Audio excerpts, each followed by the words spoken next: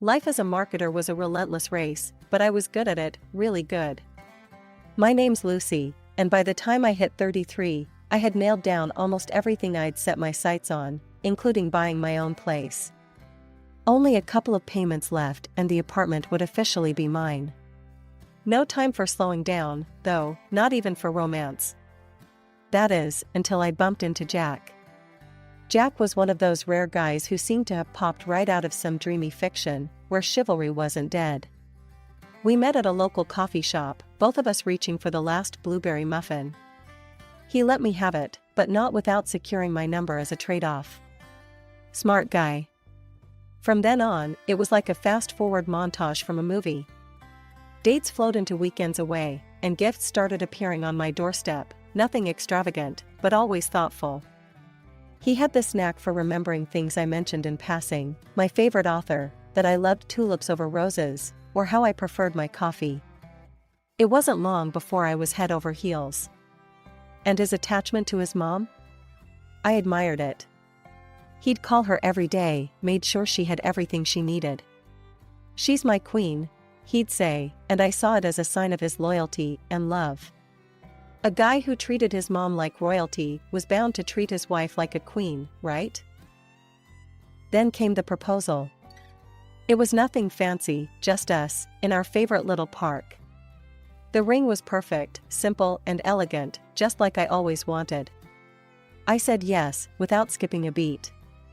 But when we started talking about where we'd live, that's when things got a bit sticky. His mom, Maggie, sweet as she was in her own way, had her own ideas. She wanted us to move in with her. Jack broached the topic gently one evening, while we were cleaning up after dinner in my apartment. "Lucy, babe, Mom suggested we move in with her. Saves money, and she'd love the company," he said, drying a plate and not quite meeting my eyes. I put down the dish I was washing, water still running. "Jack, I love your mom, you know I do. But babe, we need our own space. Just us." He looked conflicted but nodded. "I get it, I really do. It's just, Mom's alone a lot, you know?" I turned off the water and leaned against the counter. "What if we find a place nearby? That way, we're close, but not too close. She can have us over anytime she wants, but we keep our privacy too. How does that sound?" Jack's face brightened. "Yeah, that could work. I'll talk to her about it." And so, we compromised. We found a rental not 10 minutes from Maggie's place. It seemed ideal. I figured over time, as we settled into married life, Jack's attachment might shift more towards our little unit. With that in mind, I rented out my apartment and started stashing away the extra income. The move was smoother than I expected. Jack was happy because his mom was just a stone's throw away, and I was relieved to maintain some independence. We fell into a comfortable routine, Jack and I commuting to work together most days, coming home to our little sanctuary. But as weeks turned into months, I couldn't shake the feeling that the ties that bound Jack to his mom weren't loosening. Every decision, big or small, seemed to need her stamp of approval. I found myself wondering if our compromise was truly that, or just a temporary fix to a permanent issue. Life was bustling as usual, my marketing job keeping me on my toes during the day, and the new marital home chores waiting each evening. Things took a sharp turn when Maggie fell sick. It wasn't anything life-threatening, thank goodness, but enough to knock the strength out of her.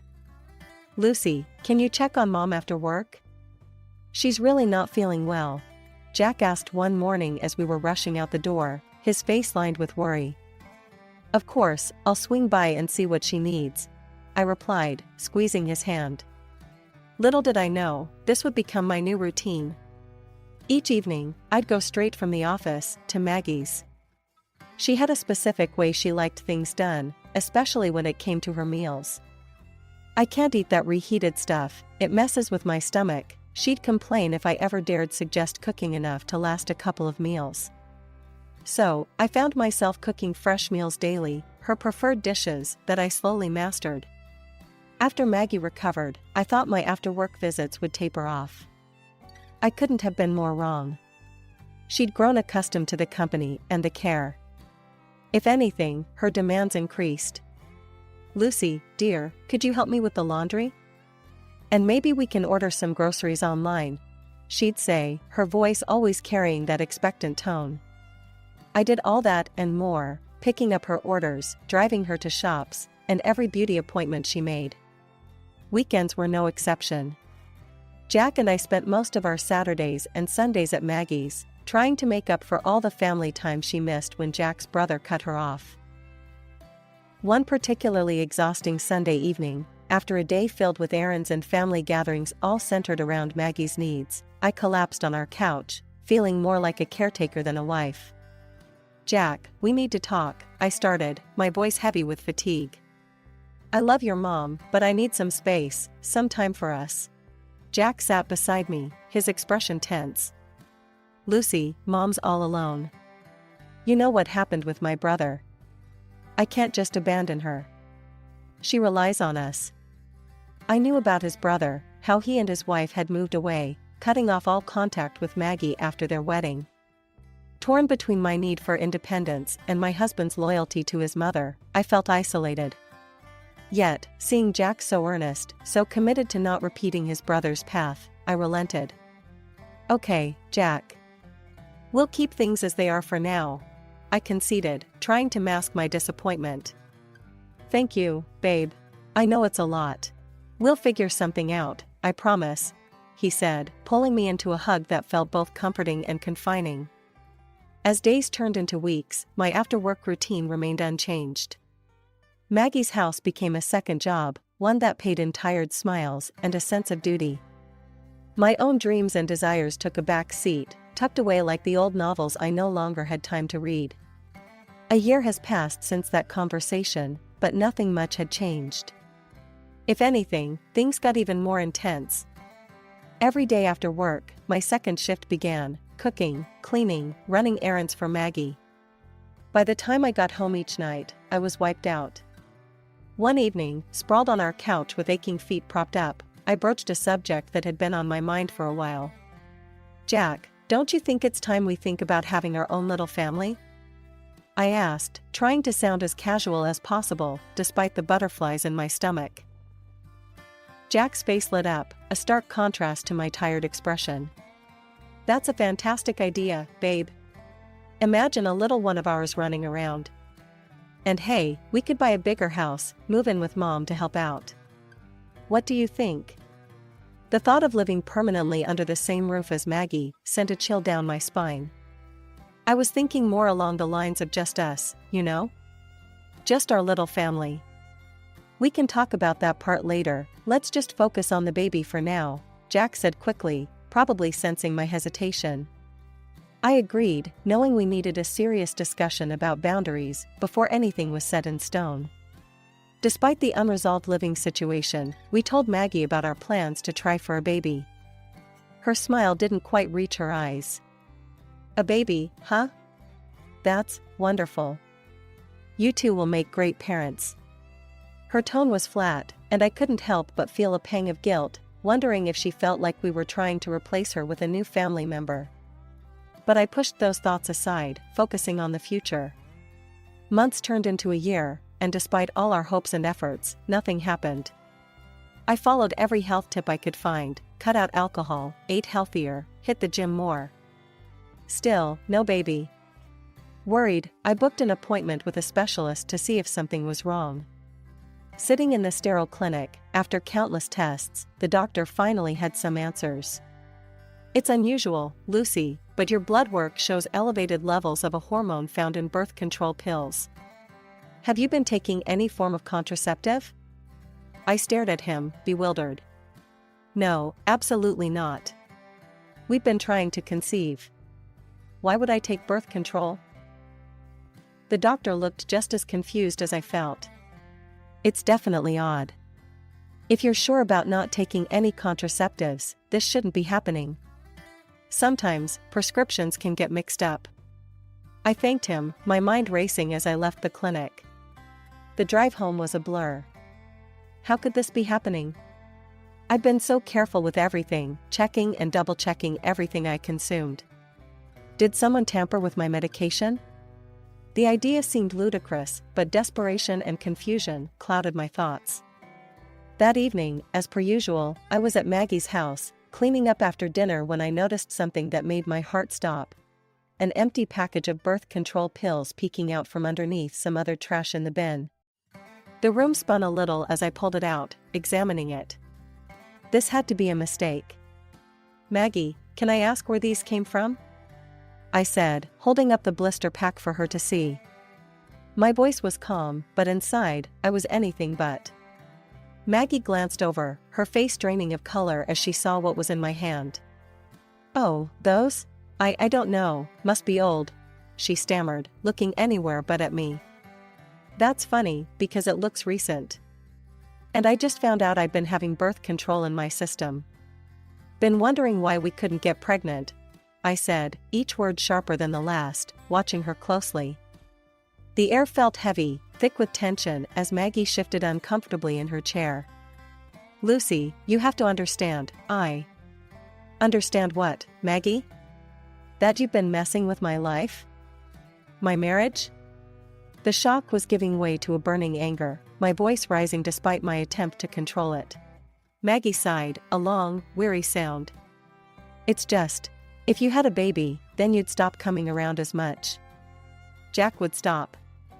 I can't lose him too, not like I lost his brother," she confessed, her voice cracking with emotion.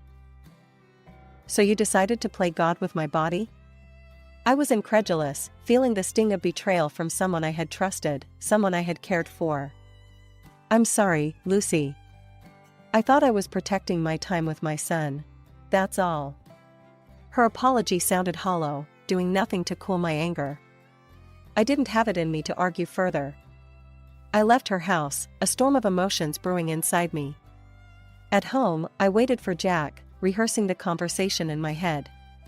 When he walked through the door, I didn't waste a moment. "Your mom has been replacing my vitamins with birth control pills. That's why we couldn't get pregnant. I found the pack in her trash." I blurted it out, the words tasting bitter. Jack froze, his expression one of confusion that slowly morphed into disbelief. "Mom? No, she wouldn't." She admitted it, Jack. "She did it because she thought we'd stop visiting if we had a baby." After a moment of tense silence, he sighed, running his hands through his hair. "Lucy, I know it sounds bad, but, you know Mom's been alone a long time. She was just scared. Can't you see that? Please don't be mad at her." "Mad? Jack, she violated my body, our trust. How can you just stand there and defend her?" I couldn't believe what I was hearing. It felt like the world was upside down. "I get it, it's messed up. But she's my mom, Lucy. We can get past this, right? Let's just forget it happened and move on," he said, almost pleading. Forget it happened? As if it were that simple. But I saw in his eyes that arguing would get me nowhere. From that day, I kept a vigilant watch over everything in our home. No more unsupervised visits to the medicine cabinet for Maggie. 2 months later, despite the odds, I found out I was pregnant. The joy was tempered by caution, given the recent betrayal. When we told Maggie, her reaction was as cold as ice. "That's nice," she said flatly, then immediately asked about dinner plans as if nothing significant had been shared. Prepping for the birth of my baby became my new project, as intense as any marketing campaign I'd ever run. I signed up for prenatal classes, eager to learn everything I could about bringing my baby into the world as naturally as possible. Yet every class was a sharp reminder of my solo journey. Couples filled the room, hands entwined, while I sat alone, my chair next to me painfully empty. Jack made excuses for every session. "Babe, you know I've got so much on at work, and Mom needs me tonight." Or, "I'm just not up for it, you know how these things make me feel." It was always something. Feeling more and more isolated, I threw myself into planning for the birth. I chose a clinic specializing in natural water births, located outside the city, known for its serene environment and expert care. It wasn't cheap, but I had been saving every penny from the rental income of my apartment. This was about bringing my baby safely and peacefully into the world, and I wasn't going to cut corners. One evening, while dining at Maggie's, the conversation inevitably turned to finances. "You know, Lucy, I heard those birthing centers cost a fortune. Why waste money when the hospital here does just fine?" Maggie said, her tone more accusing than curious. I took a deep breath, trying to keep the irritation from my voice. "It's not a waste if it ensures the health and safety of your grandchild, Maggie. I've got it covered." Jack, who had been half listening, suddenly tuned in. "Covered? How's that?" "Well, I've got a reserve account from the apartment rental. It's more than enough to cover the costs," I explained, a bit reluctantly. Maggie's eyes sharpened, her interest visibly piqued. "Oh, you've been saving up? That's good foresight." I nodded, feeling their gaze heavy on me, knowing I might have disclosed too much. Quickly, I steered the conversation elsewhere, discussing potential baby names to divert their focus. Despite the ongoing stress, I continued my solo visits to the prenatal classes, each time returning a little more empowered but also a little lonelier. The clinic staff was supportive, and I often stayed back to ask questions about the birth process. Each visit made me more certain of my decision: this was the right place for my baby to come into the world. With the countdown to motherhood ticking ever louder, I decided a short trip to visit my parents in their city was just what I needed. It had been too long since I had surrounded myself with family who were nothing but supportive and loving, a stark contrast to the tense atmosphere back home. My heart felt lighter as I caught up with old school friends and spent precious moments with my grandmother, promising her that my son would bear the name of my late grandfather. But barely a day into my visit, my phone buzzed with a call from Jack, his voice edged with urgency. "Lucy, you need to come back. Now." Panic surged through me. "What's happened? Is everything okay?" "Just come back, okay? It's important," he pressed, hanging up before I could probe further. Worried and confused, I packed up and headed back, my mind racing with possibilities of what could demand such an abrupt end to my visit. As I opened the front door of our home, the sight that greeted me sucked the air right out of my lungs. The house was a disaster zone: empty bottles, pizza boxes strewn across the floor, sticky stains marking the tiles. It looked like the aftermath of a wild party. Jack, smelling of booze and barely standing straight, waved a hand dismissively at the mess. I threw a bash to celebrate the baby coming. "Clean this up, will ya? I can't stand the mess." I stared at him, disbelief and anger swirling inside me. "You called me back for this? To clean up your party? Why couldn't you handle it?" He shrugged, a sloppy grin on his face. "Come on, Lucy. Don't be like that. It was a party for our kid." "A party that I wasn't even here for," I snapped back, my energy draining just thinking about the cleanup ahead. With a heavy heart, I started cleaning. Jack had already stumbled to our room, leaving me to deal with the chaos alone. The physical strain of bending, lifting, and scrubbing was immense, especially being so far along in my pregnancy. By the time I finished, my body ached, and I felt contractions starting, a sharp reminder that the baby was almost here. The next morning, labor kicked in full force. Alone and scared, I called a taxi to take me to the clinic. Jack, barely awake and nursing a hangover, mumbled something about meeting me there later. At the clinic, surrounded by medical staff, but devoid of the emotional support I so desperately needed, I gave birth to a beautiful baby boy. The pain of labor paled in comparison to the ache in my heart from doing it without Jack by my side. He showed up hours later, his congratulations feeling hollow and forced. "I'm here now, huh? Let's just focus on the little guy," he said, avoiding my eyes. The coldness in his voice stung, but nothing hurt more than Maggie's reaction, or lack thereof. When I called her with the news, her response was curt. "A baby shouldn't be shown off until he's at least a month old. Keeps away the bad vibes." Her words, so devoid of warmth, didn't surprise me as much as they should have. In a way, I was relieved. No visits from her meant one less thing to worry about. After what felt like an eternity, I finally brought my baby boy home from the clinic. The quiet of the house was a stark contrast to the chaotic events of the past few weeks. Despite the calm, an undercurrent of tension lingered, especially with Jack's nonchalant revelation that his mother had taken off on a vacation. A few days into adjusting to motherhood, I received the clinic bill. My heart sank when I saw the balance due, $5,000 more than what the insurance covered. Confident about my financial backup, I logged into my account to transfer the funds, only to find the balance shockingly low. Way below what should have been over $50,000. Panic set in, my breaths quick and shallow. Dialing Jack with trembling hands, I braced for his explanation. "Jack, there's hardly any money left in the reserve account." "What happened?" His reply was casual, dismissive almost.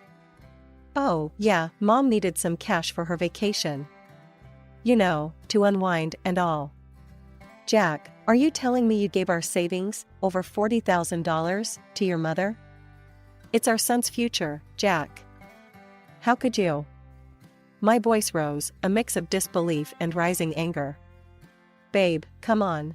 You're blowing this out of proportion. And anyway, you stopped cleaning up at Mom's place, she's tired." "She deserves some fun," he retorted. That was the final straw. His words echoed in my ears, each one chipping away at the last vestiges of patience I had for this marriage. By evening, I was sitting in front of a lawyer, divorce papers spread out in front of me. When Jack saw the papers, his reaction was not what I expected. No anger, no sadness, just a resigned, almost relieved, "All right then." He signed them with a steady hand, grabbed his coat, and left without another word, heading straight to his mother's place. Feeling a mix of liberation and deep sorrow, I decided it was time for me and my son to leave, at least for a while. We went to my parents' house, where I was greeted with warm hugs and soothing words, a stark contrast to the coldness of my now strained marriage. "Lucy, you need to talk to Jack's brother," my dad suggested one evening. He went through something similar with Maggie. Hesitant but curious, I reached out to Jack's estranged brother. The conversation that unfolded was eye-opening. He told me about how Maggie had tried to control his wife's inheritance, how it tore their marriage apart until he chose his wife over his mother. Maggie had cut all ties with him in retaliation. "Lucy, she won't change. I learned that the hard way. You've got to look out for yourself and your kid," he advised, his voice heavy with the weight of experience. Hanging up, I felt a mix of emotions swirling inside me. Jack had chosen his mother over our family, just as his brother warned might happen. The realization was painful but clear. The final straw had been pulled, the last line crossed. I stood in the police station, a mix of resolve and nervous energy swirling through me as I detailed everything to the officer on duty. My voice was steady, though my hands trembled slightly. My husband transferred money from my account without my knowledge, and I believe he forged my signature to do it. Over the following weeks, a full investigation unfolded. It revealed not only had Jack forged my signature, but he had also given his mother access to the funds. The evidence was undeniable, and eventually, both were charged. In court, Jack's face was unreadable as the judge handed down their sentences. Both received suspended sentences for their crimes.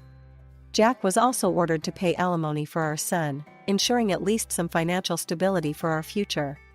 I reached out to the family of Jack's brother, driven by the conversation I had with him. They welcomed me with open arms. It turned out they were nothing like the monsters Maggie had painted them to be. Their warmth and acceptance were a soothing balm to the wounds left by my former in-laws. One sunny Saturday afternoon, as our children played together in the backyard, Jack's brother, Mike, threw a couple of steaks on the grill, and his wife, Sarah, handed me a chilled glass of lemonade. "Lucy, we're just glad you reached out. Mom, she can spin quite the tale," Mike said, flipping the steaks with a practiced flick of his wrist. Watching Danny laugh as he chased after his cousins, a sense of peace settled over me. "Thank you, both. It means the world to us to have family like you." As the kids tumbled around, their laughter filling the air, Mike leaned over and said in a conspiratorial tone, "You know, Mom always did like to be the center of the universe. But around here, it's just simple family life. No drama." Exactly what we need, I responded, smiling at the simple truth in his words. Our gatherings became a regular thing, our children bonding as cousins do, forming connections that promised to last a lifetime. The holidays were particularly full of joy, the kids' excitement contagious, making each moment a bit brighter.